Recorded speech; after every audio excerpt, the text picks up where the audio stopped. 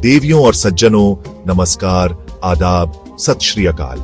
आज हम आपको एक ऐसे सफर पर ले जा रहे हैं जो समय की शुरुआत से भी पहले शुरू हुआ था। जरा सोचिए, एक ऐसा वक्त जब कुछ भी नहीं था, न ये धरती, न ये आकाश, न आप, न हम। सिर्फ एक गहरा अनंत सन्नाटा था, एक शून्य। फिर उसी शून्य में एक ऊर्जा का संचार हुआ, एक दिव्य चेतना जागी। हमारे शास्त्रों के अनुसार इसी महान चेतना से सृष्टि के रचयिता, पालनहार और संहारक का जन्म हुआ। भगवान ब्रह्मा ने इस ब्रह्मांड को रचा, भगवान विष्णु ने इसे संभाला और भगवान शिव ने परिवर्तन के चक्र को गति दी। यह सिर्फ एक कहानी नहीं, बल्कि एक विश्वास है जो करोड़ों दिलों में बसता है। इसी दिव्य लीला के मंच पर सबसे पहले पंच तत्वों का निर्माण हुआ, पृथ्वी, जल, अग्नि, वायु, आकाश। इन सब ने मिलकर एक ऐसी दुनिया बनाई जो जीवन के लिए तैयार हो रही थी। पर्वतों ने सिर उठाया, नदियों ने बहना सीखा, सागर अपनी गहराइयों में रहस्य छुपाने लगे।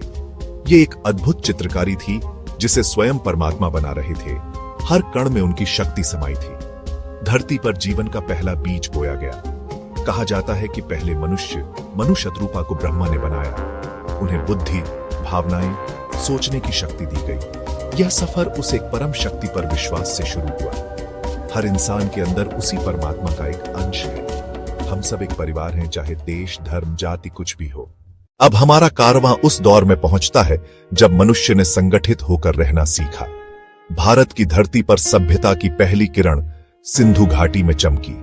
हजारों साल पहले हड़प्पा और मोहनजोदड़ो जैसे शहरों ने इतिहास रचा। पक्की ईंटों के घर, सुनियोजित सड़कें और स्वच्छता के लिए बेहतरीन नालियां, यह किसी चमत्कार से कम न था। वे शहर निर्माता ही नहीं, महान कलाकार और व्यापारी भी थे। मोहरें, मिट्टी के बर्तन, खूबसूरत गहने, समुद्री व्यापार से मेसोपोटामिया तक पहुंच। उनकी लिपि आज तक एक रहस्य बनी हुई है। जब सिंधु की चमक धीमी पड़ी तो ज्ञान की नई गंगा बही, वैदिक काल। इसी दौर में वेदों की रचना हुई, ऋग्वेद, यजुर्वेद, सामवेद और अथर्ववेद। यह केवल किताबें नहीं, ज्ञान का सागर है। ऋषियों ने ध्यान तप के माध्यम से हमें दिया वसुधैव कुटुंबकम, पूरी पृथ्वी एक परिवार। गुरुकुल परंपरा, यज्ञ और अनुष्ठानों से व्यक्ति, समाज, प्रकृति का संतुलन। यहीं से रामायण और महाभारत जैसे महान ग्रंथों की पृष्ठभूमि बनी, जिन्होंने धर्म, कर्म और सत्य का पथ दिखाया। भारत की आध्यात्मिक दार्शनिक नींव इतनी मजबूत हुई कि हजारों सालों के उतार चढ़ाव भी उसे हिला न सके। समय का पहिया घूमता रहा, बस्तियां बड़े साम्राज्यों में बदलने लगी। उदय हुआ मौर्य साम्राज्य। चंद्रगुप्त मौर्य ने गुरु चाणक्य के मार्गदर्शन से विशाल साम्राज्य की नींव रखी, अफगानिस्तान से बंगाल तक। चाणक्य की अर्थशास्त्र आज भी शासन कूटनीति की मिसाल। भारत का पहला विशाल राजनैतिक एकीकरण। सम्राट अशोक, कलिंग के रक्तपात ने उनका हृदय बदल दिया। शस्त्र छोड़े, शास्त्र अपनाए। बौद्ध धर्म का शांति संदेश दुनिया तक पहुंचाया। सड़कों के किनारे पेड़, कुएं, जानवरों के अस्पताल, असली जीत दिलों को जीतना। गुप्त काल, कला, विज्ञान और साहित्य का स्वर्ण युग। आर्यभट्ट ने शून्य का सिद्धांत दिया। पृथ्वी गोल और अपनी धुरी पर घूमती है। कालिदास की रचनाएं, अजंता एलोरा की चित्रकला और मूर्तिकला का चरम। नालंदा तक्षशिला विश्व के ज्ञान केंद्र। शांति समृद्धि से रचनात्मकता अपने चरम पर। हमारे पूर्वजों ने दुनिया को सिर्फ मसाले और कपड़े ही नहीं, बल्कि ज्ञान और सभ्यता का अमूल्य उपहार दिया।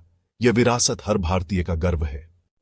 सदियों में भारत की समृद्धि की खबर दूर तक पहुंची। बाहरी ताकतें आकर्षित हुईं। मध्य एशिया से आए मुगल्स ने नया अध्याय शुरू किया। 3 सदियों का दौर, 2 संस्कृतियों का मिलाप। मंदिर की घंटियां और मस्जिद की अजान साथ गूंजती। यही भारत की खूबसूरती।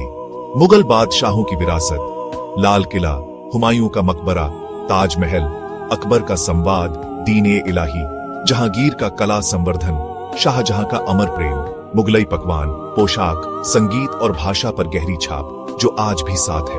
पर हर सूरज ढलता है, मुगल साम्राज्य धीरे धीरे कमजोर पड़ा। इस दौरान आई ब्रिटिश ईस्ट इंडिया कंपनी। धीरे धीरे फूट डालो और राज करो से कब्जा जमा लिया। अंधकार का दौर, संपत्ति लूट, उद्योगों का नाश, अपने देश में गुलामी। पर इन जंजीरों ने हमारी आत्मा को नहीं तोड़ा, उल्टा हमें एकजुट किया। भाषा, शिक्षा बदलने की कोशिश हुई, पर संस्कृति की जड़ें मजबूत रहीं। हर जुल्म के साथ आजादी की आग तेज होती गई।